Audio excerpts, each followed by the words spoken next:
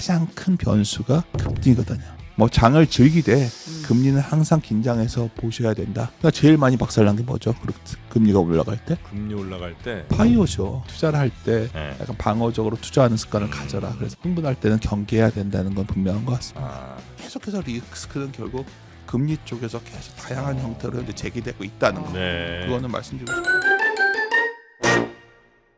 이번 시간은 어제 또 급등하면서 상당히 자신감을 얻은 우리 개인 투자자분들 많이 계실 텐데 과연 이 자신감 끝까지 계속 갖고 가도 되는 것인지 아니면 이 정도 올랐으면 조금 조심하는 게 좋을지 그 관심에 대한 답을 정해 주실 윤지호 경제평론가와 함께 이야기 나누도록 하겠습니다. 어서 오십시오. 네, 안녕하십니까? 네, 반갑습니다. 네. 저한테 이제 윤센님으로 이제 훨씬 더 익숙한 윤지호 센터장님. 센터장님. 예, 저도 굉장히 좋아해요. 그렇습니까? 나오시는 거 거의 다 봤어요.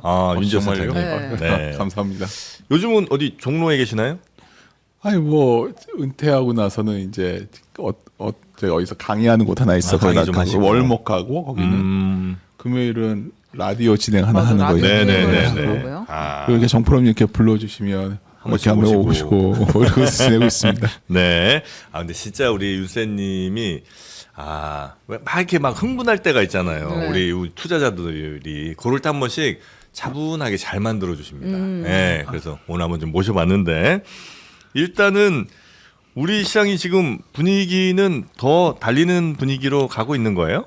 그러니까 우리가 아마 제가 꽤 나이가 들었잖아요. 그러니까 그런데 이런 시장을 본 기억이 잘 안 날 정도예요. 처음이죠, 사실 뭐. 뭐가 다른 네. 거냐면 원래 시장이라는 건 항상 시장을 이끄는 강한 동력이 하나가 있고 방금 정프로님이 지적하신 것처럼 그에 반하는 어떤 좀 다른 서브 시나리오를 갖고서 네. 줄의 힘의 강도를 비교하곤 해요. 네. 원래 기본적으로 오른다 내린다 뭐 이런 거보다는 이 둘의 힘겨루기를 보면서 시장을 판단하는데 네. 시장을 올라가는 힘이 압도적으로 강한 게 하나가 있다 보니까 나머지 우려들은 다 붙여버리는 거죠 지금. 그게 뭐냐 압도적 힘이라는 게 뭐는 게 네. 전쟁도 이겨내고 뭐 단기적으로 금리도 상당히 좀 부담스럽거든요. 네. 그럼에도 불구하고 시장에서 이제 던지는 거죠 질문을. 아니 너희들 몇 년 있으면 다 AI 쓸 건데 네네네. 그 미래가 열리는데 지금 이런 게 뭐가 중요해. 그냥 세게 외치면 되는 시장처럼 되다 보니까 네. 요즘 가장 투자하기가 좋고 마음 편하신 분들이 누구냐면 머리가 맑고 순수하신 분이 좋을 거예요. 처음 들어온 사람들. 그쵸. 맑은 분들. 아무것도 모르는 사람들. 뭐 이런 사이클을 안 보신 분들 입장에서는 네. 금리도 모르겠고 그게 뭐가 중요해. 나는 하이닉스가 아는데. 우리나라가 반대로 그 직원들이 그렇게 성과급을 많이 받는데 나도 그 기업에 그렇게 버는 거에 동참해야지 이런 마음으로 들어오시니까 그분들이 가장 좋을 것 같고요. 네. 자꾸 의심하는 사람들은 이제 저 같은 사람들은 별로겠죠. 왜냐하면 저 같은 사람 말을 들으면 그럼에도 불구하고 오늘 불러주셨으니까 네. 첫 번째는 이런 생각이에요. 그러니까 이번에는 좀 다를 가능성도 높지만 그래도 항상 지나고 보면 this time is different. 항상 지금까지와 달라란 말은 항상 틀렸었다는 거죠. 이게 언제인지 모르겠지만 네. 항상 다르지 않았다는 건 뭐냐면 인간의 본성 때문이에요.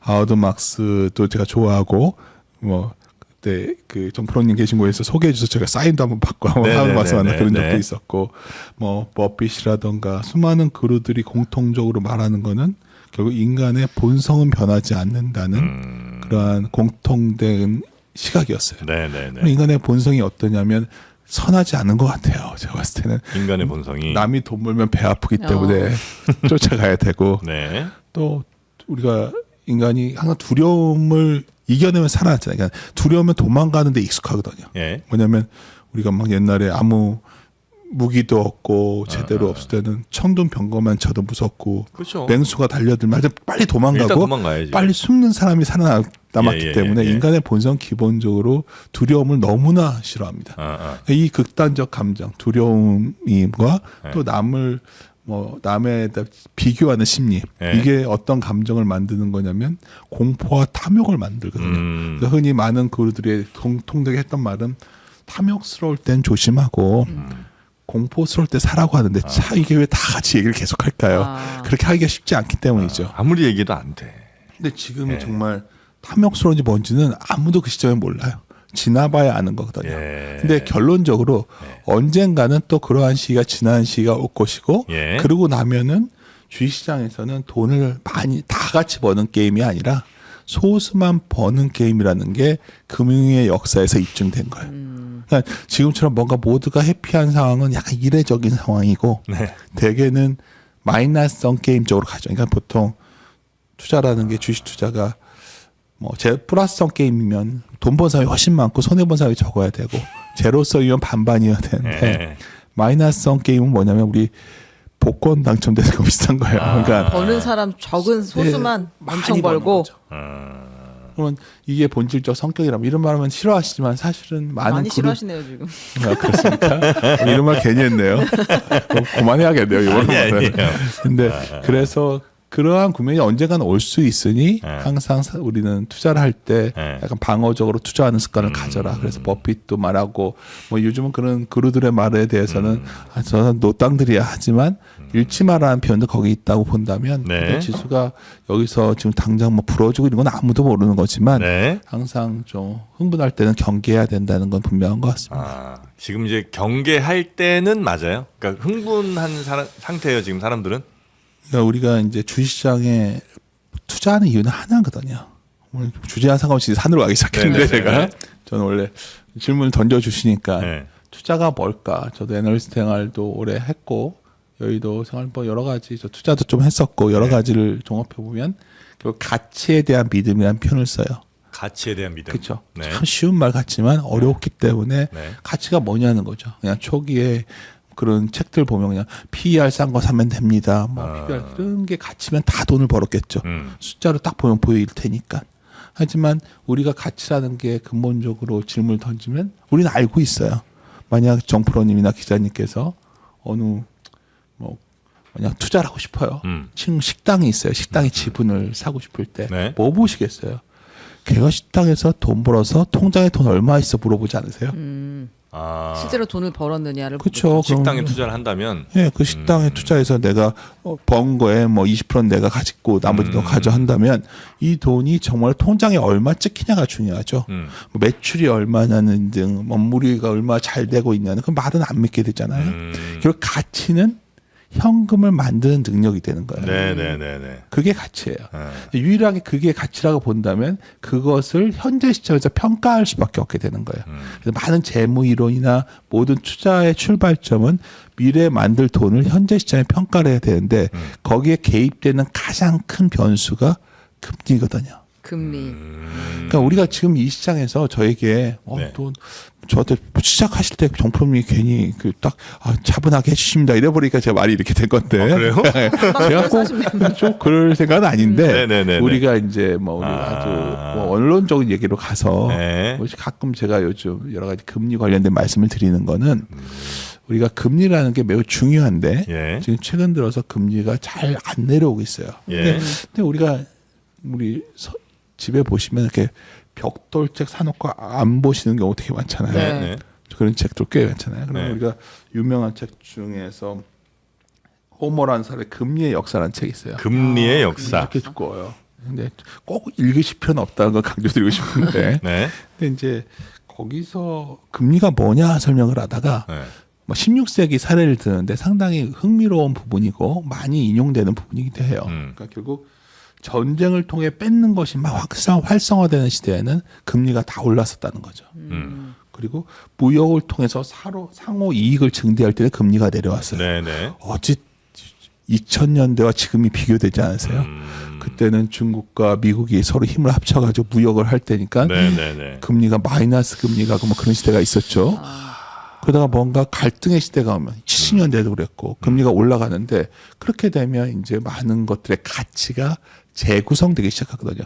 이거 뭐 당장 오늘 내일은 아니고요. 네네네. 제가 우리가 이제 오늘 저도 편하게 말하는 자리라고 와서 네. 말씀드리다 보니까 이런 말씀을 드리는데 그래서 이제 사회가 안정되면 금리가 내려간다 그러고 사회가 불안정하면 금리가 내려간다는 올라간다는. 그렇죠. 상승하는 이런 흐름이 있어요. 근데 최근 보면 상당히 꼭 미국은 그래도 금리가 상당히 제어되고 있는데 뭐 일본도 그렇고 전반적으로 금리가 좀 많이 올라와 있잖아요. 일본. 아니 일본도 그렇고 네. 뭐 영국도 그렇고 장기채 금리들 보면은 아니죠. 일본의 장기채 금리가 2.8에 왔었어요. 30년. 마이너스. 그렇죠. 10년짜리가 10년짜리가 마이너스였었는데. 네네네. 이게 그러면 그러한 싼 금리를 기준으로 많이 만들어진 오간 자금들이 네. 많이 바뀌어가겠죠. 그리고 지금 이제 가장 중요한 거는 시장을 이끄는 가장 강력한 힘은 이런 거예요. 네. 앞으로 우리가 다들 AI를 쓸 거니까 너도 나도 이제 저건 돈이 보인단 말이에요. 그러니까 지금 무조건 저 시장을 먹어야지. 사생 결단으로 다 투자를 하고 있어요. 네. 그래서 이제 몇 가지 저희가 아까 그림을 달라고 해서 보내드렸는데 제일 중요한 게 이제 그 하이퍼 스케일러들 우리 반도체가 이렇게 좋으니까 한국에 올라가고 있는 건데 네. 사실 그 핵심은 뭐냐면은 그 기업들이 어마어마하게 돈을 써서 투자를 할 수가 있어야 되죠. 우리가 지금 앞에 노트북들이 있으신데 네. 노트북이 많이 팔려서 반도체가 오른 게 아니잖아요.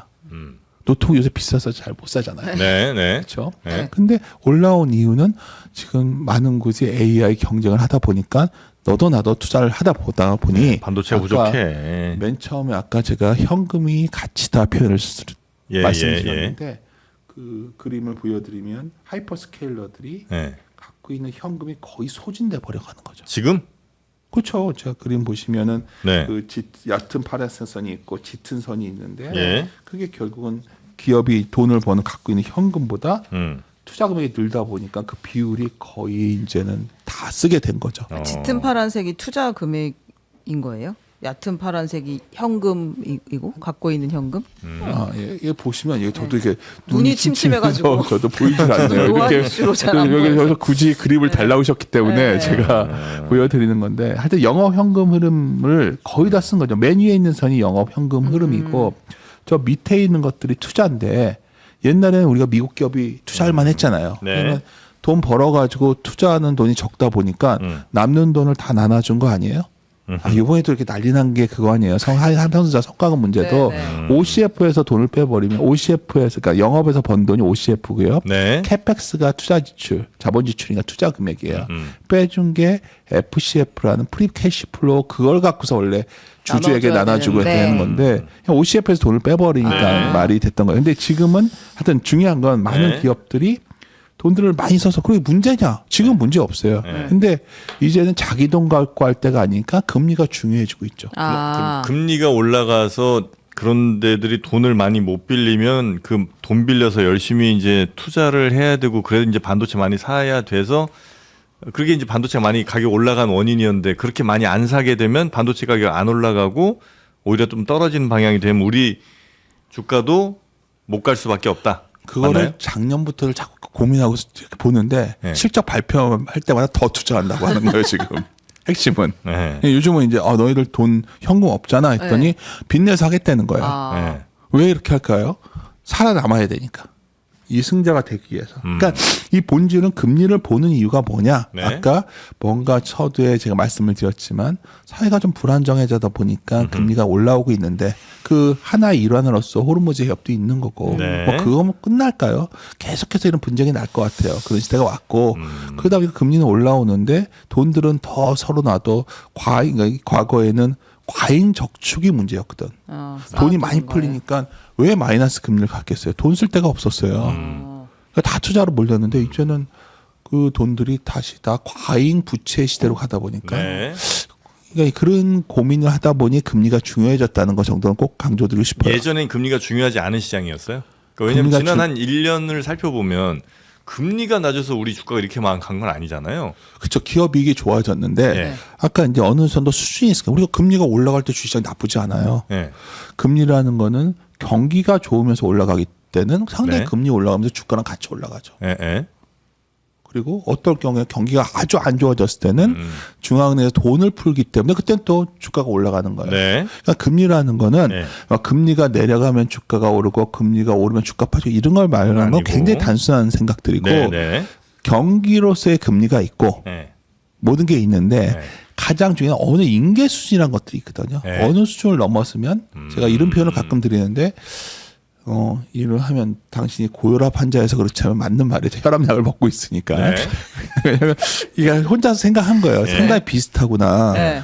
혈압이 별거 아니거든요. 네. 어느 수준까지는 올라가도 큰 문제 그렇죠. 없으나 근데 이제 어느 날부터 이제 혈압을 약을 꼭 먹어야 되는 이유가 네. 이걸 방치하면 어떻게 되냐면 장기가 망가지는 거죠. 신장이 망가지고 네, 뭐가 네, 되니까 네. 약을 먹고 네. 또 어떤 경우에는 혈압이 발작적으로 오는 경우가 있어요. 그러니까 그런 혈압이 모든 병의 출발이 되는 것처럼 금리가 어느 수준으로 올라가면 상당히 두려운데 네. 우리가 정확한 수준은 모르겠어요. 네. 근데 제일 예를 들어서 굳이 여기서 어려운 얘기는 하고 싶지 않았는데 네.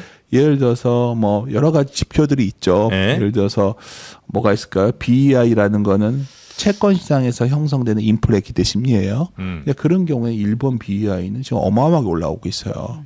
그러면 원래 2%가 이 사람들이 물가에 중앙은행에서 맞춰놓은 선이 있어요.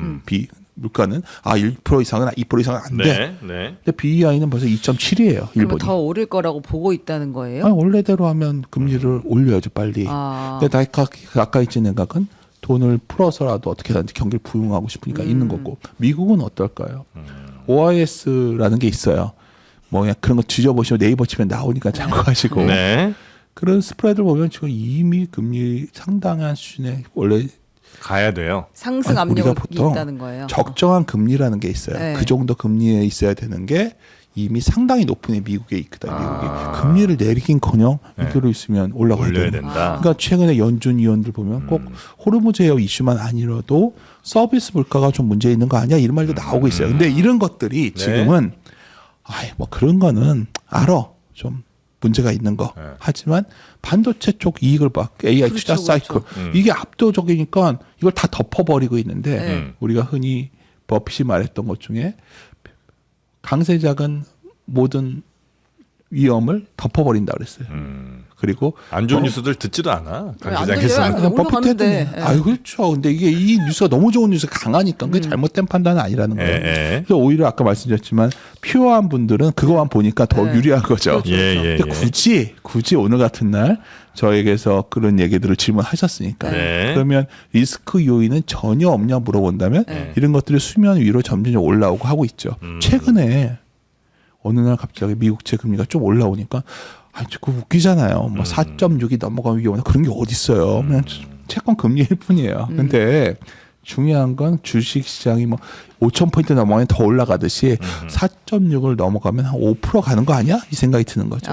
채권 근데 금리가. 그렇죠. 네. 근데 과거에 미국 장기채 기준으로 5% 근처를 가주면 네. 뭐 거의 많은 경우에 상당히 경기가 안 좋아졌었거든요. 그러니까 그럴까봐 걱정했는데 요번에 이제 흥미로운 건 그래서 미국, 일본이나 뭐 여러 유로존의 국채 금리가 계속 올라오는데 잘 보시면 미국은 저렇게 어마어마한 국채 발행을 해도 딱 4.6 정도 오면은 이상하게 안정돼요. 왜 그랬을까요, 미국은? 왜 트럼프는 그랬을까요? 부동산 업자 출신이에요. 예. 금리를 너무 잘 아는 사람이에요. PF 하던 사람이니까 그 정도가 오면 트럼프의 타코가 항상 나왔거든요. 그래서 이번에도 야 이제 타코 할 게 뭐가 있나 뭐 이러니 저러고 나오는데 하고 있었는데 네. 갑자기 트럼프가 저번 주에 금리가 거의 4.7로 와버리니까 다시 돌아가. 다시 뭐라고 그랬냐면 베리 순이라는 단어를 썼어요. 네. 그건 저녁에 했던 말이에요. 영어 단어 왔더니 베리 순이더라고요. 진짜 매우 이제 곧 이제 합의돼. 그래서 그날 유가가 폭락하고 금리가 내려왔어요. 그래서 지금 어제 급등이 나왔던 거예요. 가장 큰 촉발 모니터 그거였는데 이후에도 아마 그러면 트럼프도 굉장히 두려워하는구나 이 부분을 월가에서는 그렇다면 여기서 무리수를 안 두겠지 폭격 안 하겠지 뭐 이런 시나리오로 가는 거죠. 그래서 여기서 중요한 거는 어느 날 이렇게 잘 통제되고 있는 금리가 만약 예상과 다르게 통제가 안 되는 순간 지금은 괜찮다고 생각했던 우리가 지금 막을 수 있는 게 아무것도 없잖아요. 이 시장에 강세 논리를 뒤집을 만한 게 뭐가 있어요? 이렇게 이익을 벌고 있는데 근데 이익을 버는 건 저희 다 앞으로 이렇게 투자되는 계획대로 갈 때만 해당되는 거죠. 그것이 멈춰지는 유일한 태클의 위험은 결국 이러한 투자 사이클이 뭔가 한계에 오는 거 그거는 금리에서 나올 수밖에 없기 때문에 뭐 장을 즐기되 금리는 항상 긴장해서 보셔야 된다. 그거는 말씀드리고 싶네요. 네. 지금이 한 4.6? 4.7? 요 정도인가요? 6 왔다가 이제 4.6 밑으로 내려왔죠. 미국 10년채 금리가. 그렇죠. 네. 그래서 그게 이제 4.6 건드린다, 뭐 4.7로 넘어갈 것 같다. 요 때는 좀 우리가 많이 몸을 사려야 될 때인 것 같고. 이번에 며칠 전에도 그랬던 거죠. 예. 그럴 때 이제 한 번씩 조심하시면 된다. 네. 그럼 이제 그것만 아니면 다른 문제들은 우리가 더 9천 만 이상 이렇게 가는 데까지 별 문제가 없어요. 금리 문제만 아니면. 제가 문제를 모든 걸 알고 있다면 네. 저는 그냥 우리가 모든 거를 다 체크할 수는 없어요. 예. 그럼 크게 보면 지금은 매달 10일만 되면 10일까지의 한국의 무역 데이터가 나와요. 네. 그러면 반도체 수출액이 나오면 적당히 나눠주면 반도체 수출 단가가 나옵니다. 에헤. 낸드 따로 다 따로 나와요. 예. 그걸 업데이트하면 10일마다 우리가 체크하면서 이익이 늘고 있으면 괜찮네. 그걸 네, 체크하셔야 네, 되고 네.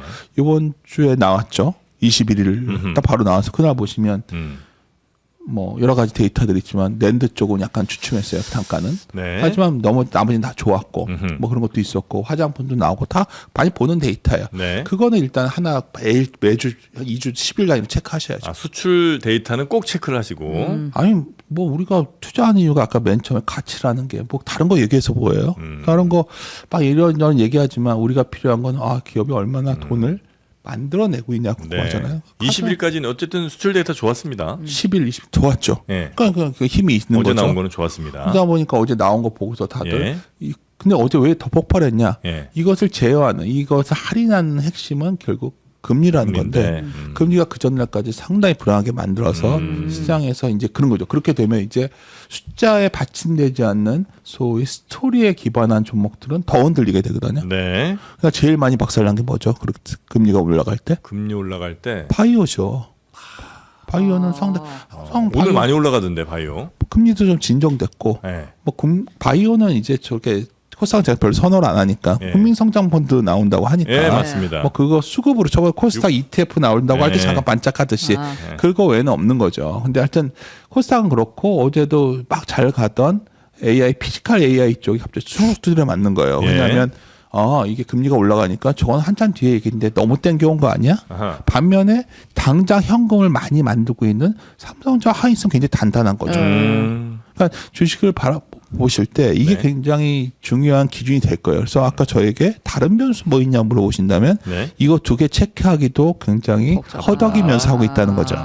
이걸 이 두 개를 계속 철저히 보셔야 되는데 결국 그 시각에서 본다면은 저에게 그럼 리스크가 전혀 없냐 물어본다면 계속해서 리스크는 결국 금리 쪽에서 계속 다양한 형태로 현재 제기되고 있다는 거. 네. 그거는 말씀드리고 싶어요. 원래 보통 보면 어떨 때는 그러니까 트럼프에 의해서 막 좌우되는 시장이 좀 있고 어떨 때는 이게 금리에 의해서 좌우되는 시장이 좀 있었던 것 같고 그냥 뭐 하여튼 그 시장 때마다 뭘 크게 좌우하는 변수가 좀 달랐던 것 같아요. 최근까지는 금리는 그렇게 심각한 것 같지는 않았는데 이제 앞으로는 금리가 우리 시장을 좌우하는 가장 큰 변수가 될 거란 말씀이신 것 같습니다. 맞나요? 네, 네. 항상 우리 주식시장을 좀 보시면 네. 정프로님도 항상 아침마다 그걸 들으시니까 예. 여러 얘기를 하죠. 예. 나왔을 때는 뭐 때문에 그렇다, 뭐 때문에 예. 그렇다. 그럴 때마다 항상 금리가 튀었다 한 말을 같이 하셨을 거예요. 아, 네네 맞습니다. 뭐 예를 들어서 뭐 유로존에 뭐 문제가 생기면 예. 그때 그걸 금리를 잡기 위해서 뭘 했죠? 연준이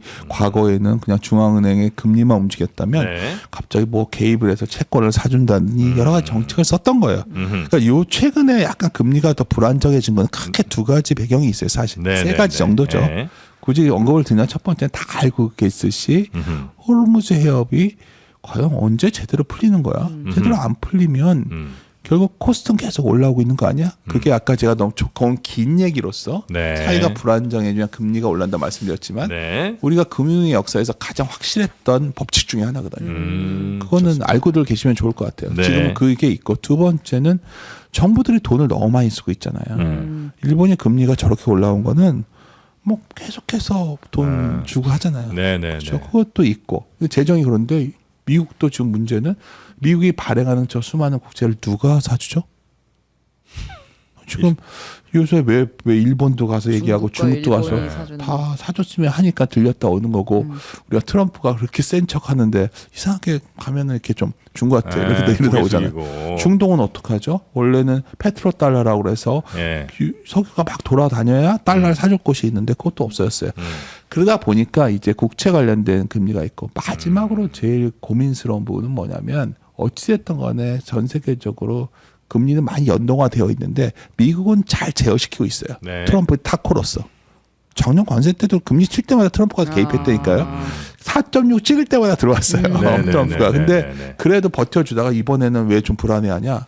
일본과 영국은 어찌됐든 간에 글로벌 선진국 금융시장에 개입되어 있는 여기 장기채 금리들이 이미 다 뚫어버렸거든요. 네. 그리고 그러다 보니까 나머지 국가들도 아마도 이제는 금리를 올릴 가능성이 높아졌기 때문에 아까 굳이 지금이 금리가 예전에도 중요했지만 더 중요해진 이유는 그거에 대한 어떤 탄력도가 커지는 시장에 온 것이 아니겠는가 저는 이렇게 보고 있습니다. 알겠습니다. 하여튼 금리 네. 그다음에 수출 데이터 꼭 열심히 봐야 됩니다. 아시겠죠? 그것까지 쉽지 않겠네요. 근데 저는 하나만 아주 무식한 질문을 드리면 지금 투자하는 초보자들이 대부분 하이닉스와 삼성전자를 사잖아요. 다른 거 안 사잖아요. 근데 이제 미국 국채 10년물 금리가 만약에 4.6에서 7, 8 막 이렇게 올라간다고 해요. 그럼 이게 바로 여기에 즉각 주식에 영향을 줘요? 그 가격에? 그럴 걸 제가 어떻게 알겠습니까? 그런 건 아니고 우리가 시계열이라는 게 어떻게 점으로서 딱 이게 되면 공식처럼 X가 1이 들면 Y의 영향 그거는 그 수학의 세계에 있는 어느 순간 반영된다는 거죠. 그게. 그리고 지금 시점에서는 아니 뭐 투자자의 시각에 따라 달라지는 거예요. 만약에 나는 AI가 우리가 모두 사용하는 확산된 시점까지 투자를 하고 싶어. 그럼 못하러 매일매일 봐요. 이런 방송 들을 필요도 없어요.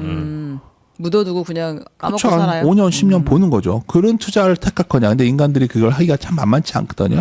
그게 아니라 나는 이런 방법을 택하는 사람들한테 필요한 거죠. 네, 올라갔다가 조정받을 때는 이때보다 이때는 수량을 더 살 수 있다면 이것을 좀 조절하면서 가겠냐 하는 분들한테는 금리가 매우 중요해질 수 있다는 거죠. 그렇게 아마 스스로 판단하시면 될 것 같습니다. 네, 알겠습니다. 하여튼 오늘 뭐 여러 가지 막 배우려고 하지 마시고 제일 중요한 금리만 기억하면 되는 금리 계속해서 아주 면밀하게 살펴보고 그다음에 수출 데이터 그 두 개는 우리가 잊지 말고 주식 투자하시는 분들이라면 꼭 좀 챙겨보시자. 수출 데이터는 10일 단위로 계속 나옵니다. 지역별로도 나오고 그쵸. 업종별 다 나옵니다.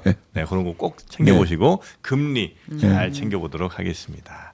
아유 우리 윤지호 센터장님 항상 늘 감사하고 깔 때 되니까 이제 갑자기 또 그런 말씀하셔가지고 예. 네 감사하고 또 3%에서 또 뵙겠습니다. 예, 거기서 뵙는 거죠? 예, 알겠습니다. 거기서도 뵈야죠. 예, 알겠습니다. 대단히 고맙습니다. 네, 감사합니다. 네.